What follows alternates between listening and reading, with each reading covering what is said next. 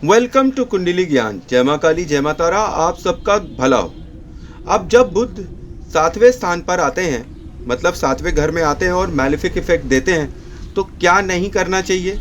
सट्टा और जुआ तो कतई नहीं खेलना चाहिए। शेयर बाजार में पैसा बिल्कुल नहीं डालना चाहिए, नहीं तो पैसा जाने के बहुत ज़बरदस्त चांस होते हैं। ठीक है। अब अगर 7वें स्थान पर बुध मैलेफिक इफेक्ट दे रहे हैं तो बहन व माता का आदर जरूर करना चाहिए, उनसे बना कर रखना चाहिए। समुद्री अथवा हवाई यात्रा पर जाने से पूर्व सफ़ेद मोती को सोने अथवा चांदी में गड़वाकर पहनने से लाभ होगा। मतलब आपको चंद्रमा को स्थापित करना है। अगर आप कहीं विदेश जा रहे हैं और जब 7वें स्थान पर बुध आपको बुरा प्रभाव दे रहा हो, पन्ना अथवा हीरा मोती अंगूठी में धारण कर सकते हैं। ठीक है। यहाँ आपको पन्ना अथवा हीरा मोती आप गले में धारण करिएगा, अंगूठी में आप पन्ना और हीरा ही धारण करिए। ये मतलब मेरे हिसाब से सुझाव है कि वो ज़्यादा सही रहता है।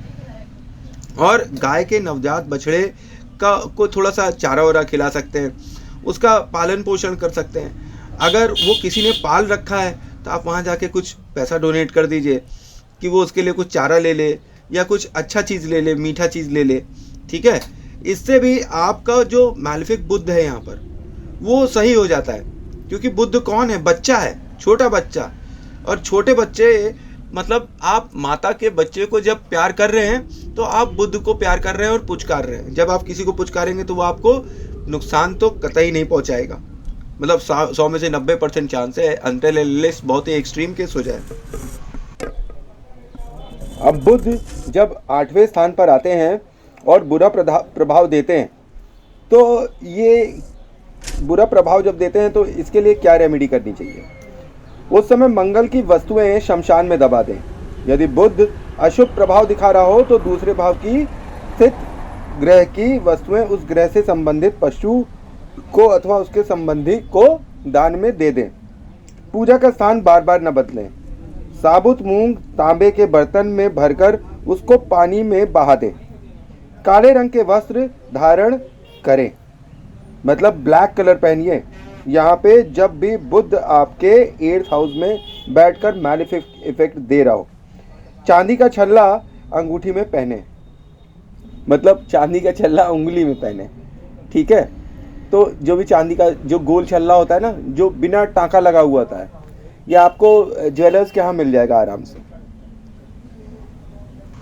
अब 9वें घर में आते हैं और यहाँ पर जब बुध मैलेफिक हो जाए तो फिर फकीर अथवा साधु से कभी भी ताबीज मत लीजिएगा।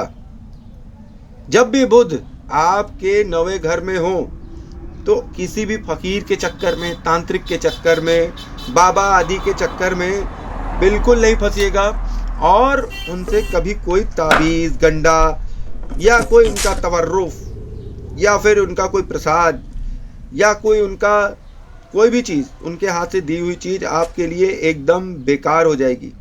यहाँ बुध आपका बहुत ही बुरा प्रभाव देगा।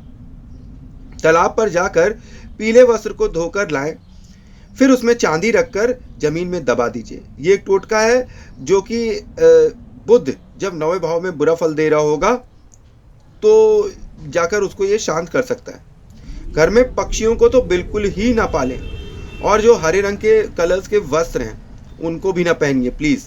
ग्रीन कलर्स को छोड़ दीजिए पहनना। और घर में पशु पक्षियों को बिल्कुल ना पालिए, ना उनका घोंसला बनने दीजिए। नाक और कान छेदन करवा सकते हैं। ठीक है। यहाँ पर आपका क्या कहते हैं, केतु, उसको स्ट्रॉन्ग किया जा रहा है ताकि गुरु के अंदर जा ना सके। और यहाँ जो बुध उल्टा सुल्टा प्रभाव दे रहा है उसको सही करवाया जा सके। आम की मंजरी समझते हैं क्या चीज़ होती है? आम की मंजरी, उसको लाकर उसे लाल कपड़े में रखकर गद्दे के नीचे रख दीजिए, तो भी 9वें घर का बुध जो बुरा प्रभाव दे रहा है वो सही प्रभाव देने लगेगा।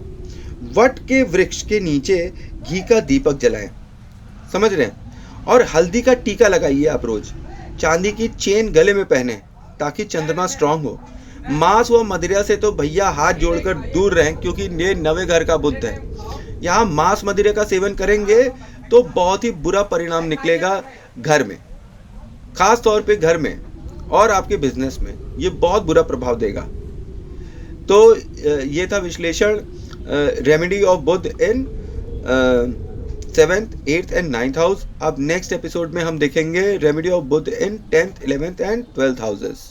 Thanks for watching. जय मां काली, जय मां तारा, आप सबका भला हो।